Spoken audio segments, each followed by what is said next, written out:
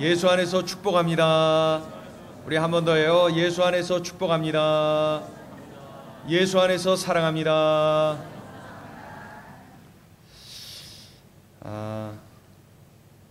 양정중학교를 잘 아시죠? 양정중학교. 그 양정중학교에서 오래전에 지리 과목을 가르치던 교사 중에 김교신이라는 분이 있었습니다. 김교신. 많이들 아시죠? 김교신. 그가 지리 시간에 지리 과목을 가르치다가 틈만 나면은 학생들에게 민족 혼을 일깨우는 그러한 강의를 하곤 했어요. 민족의 성각자인 이 김교신이 그러했다는 것이죠. 한 번은 반 학생 중에 손기정이라고 하는 학생이 있었는데 그 학생을 자세히 봐보니까 달리기를 잘해요. 달리기를 잘해요. 그래서 두고두고 보던 이 김교신 선생이 제자인 손기정을 부릅니다.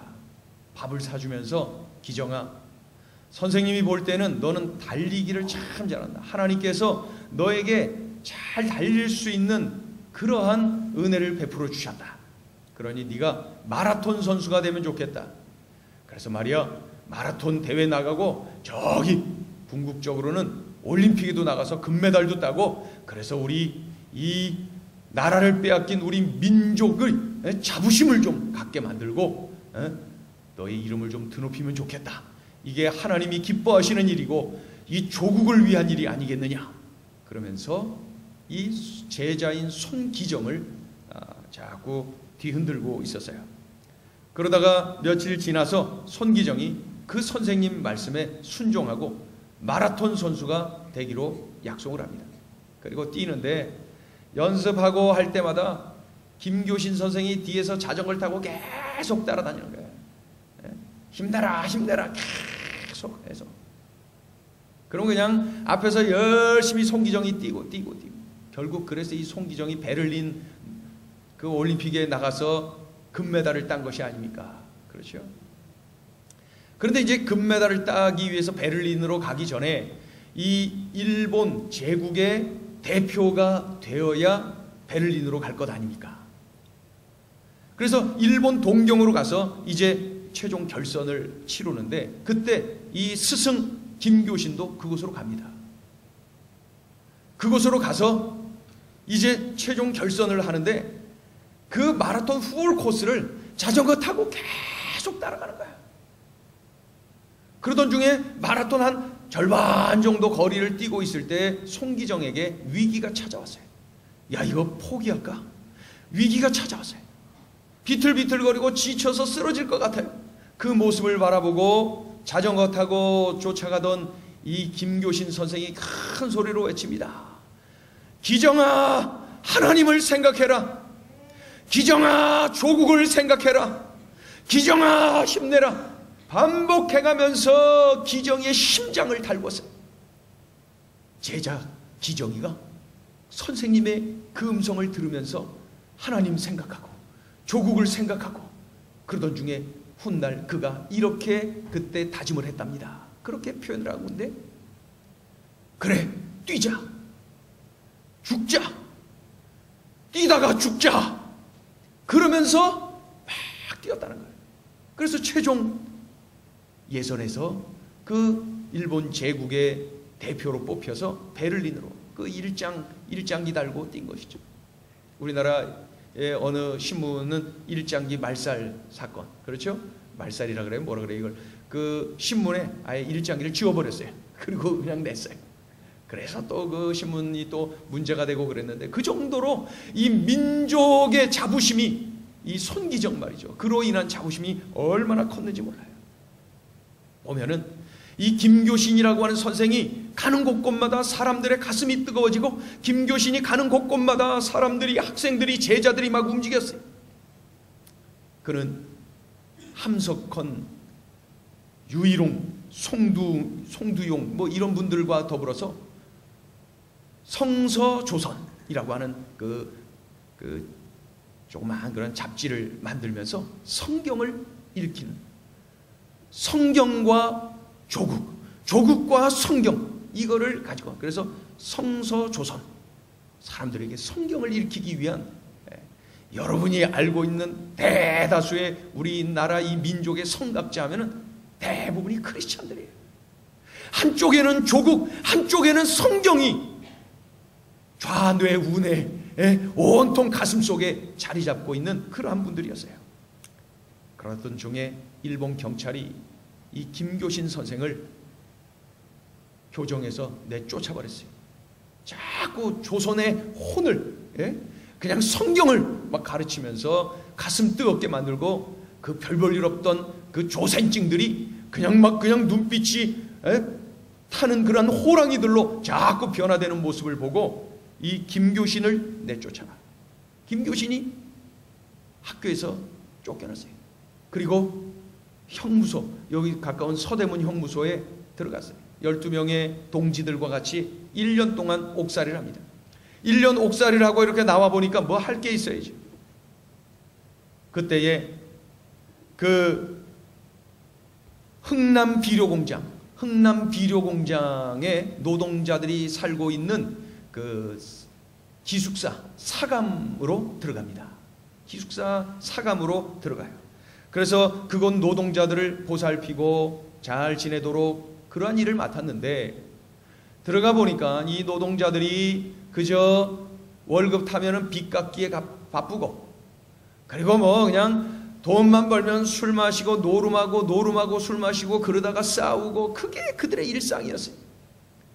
그런 모습을 바라보고 노름방마다 이 김교신이 찾아가는 거예요. 그리고 막 외칩니다. 여러분, 이러고 있을 때가 아닙니다. 자꾸 이렇게 시간을 보내면 여러분 개개인은 물론이요, 이 나라의 미래가 어떻게 되겠습니까? 빨리 정상적인 삶을 살아야 됩니다.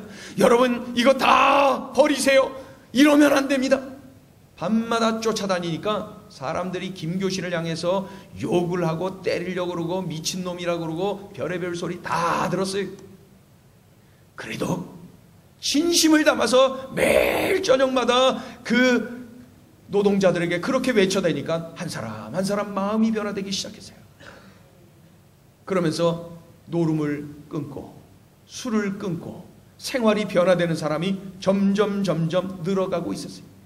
그 공장의 경영자나 뭐 간부들은 아유 저 조센칭들은 저렇게 살다가 죽어야지, 다 그런 생각이었기 때문에 그냥 내버려뒀어요. 그러나 김교신은 달랐어요. 그들에게 그렇게 가슴 뜨겁게 만드는 그러한 외침을 지속적으로 했고 그들의 삶이 변화되기 시작했던 것이죠. 그러던 중에 전염병이 막 돌기 시작했어요. 전염병, 장질부사라고 하는 전염병이 그 지역에 막 돌고 그러다가 그 기숙사에도 강타했어요. 비료공장 사무처 직원들은 나 몰라라고 다 도망쳐버리고 말이죠. 모두들 피했어요.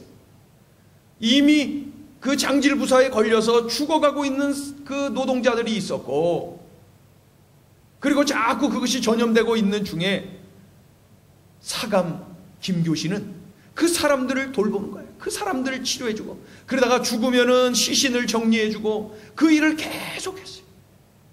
그 무서운 전염병을 피해서 다들 도망간 중에 그는 남아서 그렇게 했다는 것이죠. 그 민족 혼을 깨우는 운동을 같이 벌였던 동지들이 김교신 선생에게 자꾸 만나서 설득을 합니다. 지금 해방될 날이 며칠 남지 않았는데 이러다가 큰일 납니다. 해방도 못 보고 큰일 납니다. 그러니 한동안 이 기숙사를 떠나시오. 제발 부탁이니 좀 피합시다. 계속해서 설득을 하죠. 그러나 김교신은 흔들림이 없었어요. 그리고 그들에게 한결같이 이렇게 말합니다. 여러분, 나는 하나님의 자녀요. 내가 하나님을 믿는 사람이요. 그리고 사람들에게 성경을 전한 그러한 사람이요. 그런데 내가 나 살겠다고 죽어가는 이 사람들 버리고 내가 도망친다면은 내가 진정한 크리스찬이겠소? 내 양심은 뭐겠소? 나는 그럴 수 없어. 이 사감 김교신은 그 자리에 남아서 계속해서 노동자들을 돌보고 그러던 중에 결국 그도 전염병 장질부사에 걸리고 말았어요. 그리고 45세를 일기로 1945년 4월 25일에 해방을 4개월 앞둔 어느 날 하나님의 부름을 받았습니다. 45세 참 짧은 인생을 살다가 갔어요. 그러나 김교신, 그는 지금도 수많은 이들에게 강력한 영향을 끼치고 있는 것을 보면은 그는 45세의 삶으로 끝난 것이 아니로구나 하는 것을 깨닫게 됩니다. 민족의 성각자 김교신, 그가 가는 곳에는 늘 변화가 일어났어요. 그가 성령의 사람, 성령 충만한 성도였기에 그를 통하여서 성령께서 일하셨기에 그 모든 것이 가능했던 것이죠. 오늘 본문을 보면은 초대교회 성도들이 성령을 충만히 받아서 그 지역을 완전히 뒤집어 놓는 것을 볼 수가 있어요. 여러분, 오늘 본문 이 사도행전 5장을 묵상하면서 우리 교회를 생각하고 우리 지역을 생각했어요. 우리 행전 식구들이 성령을 충만히 받고 이 지역을 변화시키는 그런 모습을 상상했어요. 그리고 오늘 본문을 묵상하고 또 묵상했어요. 역시 성도는 성령 충만할 때에 성도다운 삶을 살 수가 있구나. 성도는 성령 충만할 때 성도다운 삶을 살 수 있구나 하는 것을 분명하게 깨닫게 됩니다. 그렇다면 구체적으로 우리 성도들이 성령 충만하면 어떤 일이 일어나는 걸까요? 첫째는 우리가 성령 충만하면 성령의 도구로 쓰임받습니다. 내가 성령 충만하면 성령의 도구로 쓰임받아요. 성령의 도구로. 초대교회에 강력한 성령의 역사가 나타났어요. 놀라운 일들이 막 폭발적으로 일어났어요. 병든 사람들이 치료됩니다. 귀신들이 쫓겨갑니다. 가지가지의 기적들이 일어납니다. 이 모든 일들이 성령께서 하시는 성령의 일인데, 보니까 성령 충만한 성령의 사람들을 도구로 삼아서 일을 하시는 것을 볼 수가 있어요. 성령께서 성령 충만한 성도들을 통해서 표적과 기사를 많이 일으키시는데 철저하게 성령 충만한 성도들을 통해서 일하시는 것을 봅니다. 우리 12절을 읽어보죠. 12절을 크게 읽습니다. 시작. 사도들의 손을 통하여 민간의 표적과 기사가 많이 일어나매 믿는 사람이 다 마음을 같이하여 솔로몬 행각에 모이고. 한 번 더요. 시작. 사도들의 손을 통하여 민간의 표적과 기사가 많이 일어나매 믿는 사람이 다 마음을 같이하여 솔로몬 행각에 모이고. 성령께서 수많은 사람들을 예수 믿도록 만드시는데 성령 충만한 성도들을 통해서 또 그 일을 하시는 것을 봅니다. 우리 14절도 읽어보세요. 14절 시작. 믿고 주께로 나오는 자가 더 많으니 남녀의 큰 무리더라. 성령 충만한 사람들을 통해서 놀라운 성령의 역사가 나타나고 믿는 자의 수가 늘어나는 것을 봅니다. 성령께서 병자를 고치시고 귀신을 내쫓으시는데 성령 충만한 성도들을 통해서 그 일도 행하시는 것을 봅니다. 우리 15절 읽어보세요. 15절 16절 시작. 심지어 병든 사람을 메고 거리에 나가 침대와 요 위에 누이고 베드로가 지날 때에 혹 그의 그림자라도 누구에게 덮일까 바라고 예루살렘 부근에 수많은 사람들도 모여 병든 사람과 더러운 귀신에게 괴로움 받는 사람을 데리고 와서 다 나음을 얻으니라. 아멘. 저는 우리 행복을 전하는 교회 성도들에게 이러한 성령의 능력이 임하기를 원합니다. 여러분이 여러분의 손길을 통하여서 귀신이 쫓겨나가는 역사가 일어나기를 원합니다. 병든 자를 위해 여러분들이 기도할 때 치료되는 성령의 능력이 여러분을 통하여서 일어나기를 원합니다. 여러분 모두가 사랑의 능력, 섬김의 능력, 겸손의 능력, 화해의 능력, 상담하는 능력들이 풍성하게 일어나기를 원합니다. 그런데 우리가 놓쳐서는 안 되는 내용이 있더라는 거죠. 14절을 보세요. 14절에 이런 내용이 있어요. 믿고 주께로 나오는 자가 더 많으니, 그 다음에 뭐예요? 남녀의 큰 무리더라. 믿고 주께로 나오는 자가 더 많으니 남녀의 큰 무리더라. 남녀의 큰 무리더라. 성령의 능력이 임할 때 당시에 잘못된 남녀 차별의 관행이 삽시간에 무너지더라는 거예요. 삽시간에.